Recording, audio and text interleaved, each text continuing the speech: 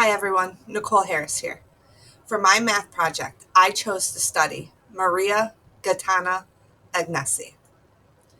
Maria was born in Milan, May 16th, 1718.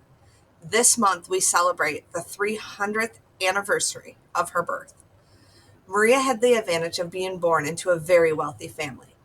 She was born to a wealthy silk merchant, and she was the oldest of 21 siblings. Maria was a child prodigy. At the age of 5, she could speak fluently Latin, Italian, and French. By 15, she could speak several other languages, including Greek, Spanish, and German. Maria was dedicated to a life of service. While her primary goal was to become a nun, her father would not allow it. So at 9 years old, Maria became an advocate for the advancement of education for women. At 9 years old, in the summer of 1727, Maria gave an amazing speech in front of a crowd full of senators and wealthy businessmen. And in this speech, she advocated for women to be able to learn and educate themselves in the areas of art and science. Maria understood that during this time, women were expected to manage the household, and they were not allowed to pursue any type of further education. Maria became a trailblazer against this. Maria published her first mathematical book in 1738 with the help of her mentor, who was a monk, Ramiro Rapanal. He was a huge advocate of Maria's, and oftentimes her father would hold sessions in their house where some of the greatest intellects of that time would come together, and Maria would be encouraged to participate with them. Monk Ramiro pushed Maria into the field of calculus, and when she published her first book, she published it in Italian. Now, in this time, the standard was to publish the books in Latin, but Maria wanted to publish this book for youth, for the use of her time, so that they could pursue their education. When Maria's mother passed away in 1732, when she was 14 years old, she became the primary caregiver of her siblings. And in order to tutor them, she used her textbooks and her philosophies. And out of this textbook came The Witch of Annecy, which is still used today. The Witch of Annecy is well beyond my understanding of math, but I do know that it approximates the spectral energy distribution of spectral lines, particularly X-ray lines. To this day, the variables that she used when she wrote that book are backwards, and we kept them backwards. Maria used X for the vertical distance and Y for the horizontal distance.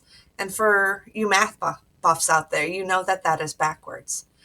The interesting thing to me is how it got its name. When her book was translated and her philosophies were translated into English by a professor at Cambridge University, he mistranslated an Italian word to mean witch, and that's where it became the Witch of Annecy. When Maria's father passed away in 1752, it allowed Maria to shift her focus and dedicate her life to the study of theology and the service to the poor. Now, Maria had always had a passion and a want to become a nun, but her father saw something else in her brilliance in mathematics, and that's why she was pushed into that world. When he passed away, it opened up new doors to her, and Maria began to dedicate her life to the poor. Maria gave away all of her wealth, all of her gifts, her diamonds and metals and gold that she had been given from her mathematical days, and gave it away to the poor. Maria opened a hospital, a makeshift hospital in her home that serviced the poor at no charge to them. And Maria also became the founder and director of a home for the elderly. I love quotes.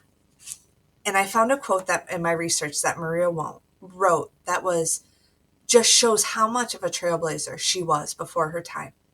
Maria stated, "Man always acts to achieve goals. The goal of a Christian is the glory of God. I hope my studies have brought glory to God, as they were useful to others, and derived from obedience, because that was my Father's will. Now I have found better ways and means to serve God and be useful to others. When you break down that quote, you see that Maria is saying that she wanted to be obedient first to God and second to her father. And it was her father's will that she pursue mathematics. And because of her father's will, we got amazing work. But after her father passed, her will and her service was now only to God. And Maria took that opportunity to serve others, those who are less fortunate than her. Maria died on January 9th, 1799, at the age of 80 years old. Maria was a trailblazer long before her time, before women's advocacy was even a thing. Maria spoke up from even the tender age of 9 to advocate so people like me and many of us in the classroom had the opportunity to learn and become great. Maria was a child prodigy, maybe even one of the best mathematicians of her time. Maria often talked about how she couldn't decide between studying philosophy or astronomy or math, and how the decision was very difficult to make.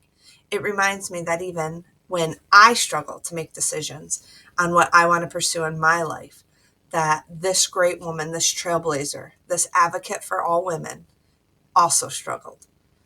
So I hope you enjoyed this. I hope you enjoyed learning about an early trailblazer. And I challenge us all to take her lead and speak out for the things that we know is right. Have a good night. Bye.